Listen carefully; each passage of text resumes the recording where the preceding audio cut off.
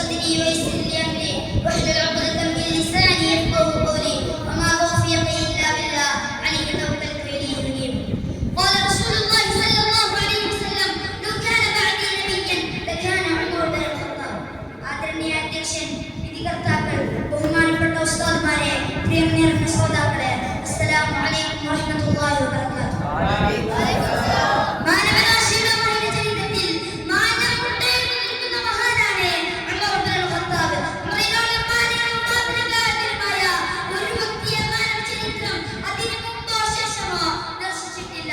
മദീനയുടെ പരപ്പിലൂടെ മാതൃകളെ വഹിച്ചു നടന്നിരുന്ന ഒരു മനുഷ്യൻ മഹത്തരമായ ഇസ്ലാമിക ഭരണകൂടത്തിന്റെ രണ്ടാം ഖലീഫയായതിന് ചരിത്രം തന്നെ സാക്ഷിയാണ്.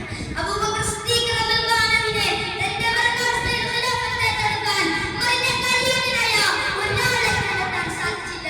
അബൂബക്കർ റളിയല്ലാഹു അൻഹുവിന്റെ തീരുമാനം അക്ഷരം മനസ്സിലാക്കുകയായിരുന്നു. ഉമർ റളിയല്ലാഹു അൻഹുവിന്റെ ഭരണകാലം ഇസ്ലാമിക ഭരണകൂടം അതിന്റെ മുഴുവൻ കൂടിയും തലയുയർത്തുന്നത് അദ്ദേഹത്തിന്റെ കാലത്താണ്. നീതി തേടുന്ന കരങ്ങളിൽ ഒന്നുപോലും നിരാശയുമായി മടങ്ങില്ല. അക്രമങ്ങൾ കാട്ടുന്ന കരങ്ങളിൽ ഒന്നുപോലും മടങ്ങപ്പെടാതിരുന്നില്ല.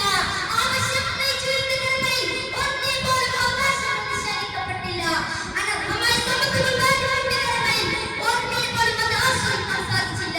മുഫ്തീസിന്റെ തീർച്ച സംരക്ഷണത്തിനായി രാജ്യം കഴിഞ്ഞാൽ അതിന്റെ പേരിൽ പോലും അല്ലാഹുവിന്റെ കോടതിയിൽ വച്ച് ചോദ്യം ചെയ്യപ്പെടുന്നതിനെ ഞാൻ കേൾക്കുന്നു എന്ന് പറഞ്ഞ ഉമർ ഫാറൂഖിന്റെ കർത്തവ്യബോധം സ്വന്തം സുഖാനുഭവത്തിന് വേണ്ടി മാത്രം ഭരണാധികാരികളായിരുന്ന ആധുനിക ഭരണാധികാരിമാർക്ക് അന്യമാണ്. തന്റെ സ്വന്തം കുടുംബക്കാരോ തന്നോടൊപ്പം പതിയിരിക്കുന്ന ഉദ്യോഗസ്ഥരോ ഒരു കുറ്റകൃത്യത്തിൽ പങ്കാളികളായാൽ അവരെ കഠിനമായി ശകാരിക്കുകയും ശിക്ഷിക്കുകയും ചെയ്തിരുന്ന ഉമറിന്റെ നീതിബോധത്തെക്കുറിച്ച് പരാക്രമിയെ പരിശുദ്ധനെ പരാക്രമമായി ചിത്രീകരിക്കുന്ന ഇക്കാലഘട്ടത്തിലെ നീതിപീഠത്തിനായിരുന്ന നഗ്നതയിലാണ്.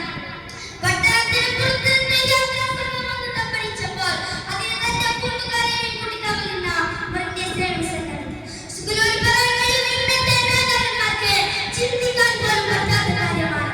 ഇസ്രായേൽ സുബനെ വിലപിച്ച ലോകത്തിലെ ഏറ്റവും വലിയ സാമ്രാജ്യമായ ഇസ്ലാമിക ഖിലാഫത്തിന്റെ സമുന്നത നേതാവായിട്ട് മദീനയുടെ മേൽച്ചുവട്ടിൽ തലചായ്ച്ച് ശ്രമിച്ച ഉമർ ഇബ്നുൽ ഖത്താബിനെ പോലുള്ള ഒരു ഭരണാധികാരിയെ കൊതിക്കാത്ത ഭരണീയരുണ്ടായില്ല. ഉമറിന്റെ ഈ സമുന്നത സ്വഭാവങ്ങൾ നേരിൽ കണ്ടതിൽ തന്നെയാണ് എനിക്ക് ശക്തിയുള്ള ഒരു പ്രവാചകൻ ഉണ്ടാകാമെങ്കിൽ അത് ഖലാഫായിരുന്നു എന്ന് റസൂലുള്ളാഹി സ്വല്ലല്ലാഹു അലൈഹി വസല്ലം പേര്. ഏതൊരു ഭരണാധികാരിക്കും റോൾ മോഡലായി സ്വീകരിക്കാൻ സാധിക്കുന്ന തരത്തിൽ ചരിത്രത്തിൽ തിളങ്ങി നിൽക്കുന്ന വ്യക്തിയാണ് ഉമർ റളിയല്ലാഹു അൻഹു. ഉമറിന്റെ ഭരണമാണ് ഞാൻ ഇന്ത്യയിൽ ആഗ്രഹിക്കുന്നത് എന്ന് മഹാത്മാഗാന്ധി പ്രഖ്യാപിച്ചു.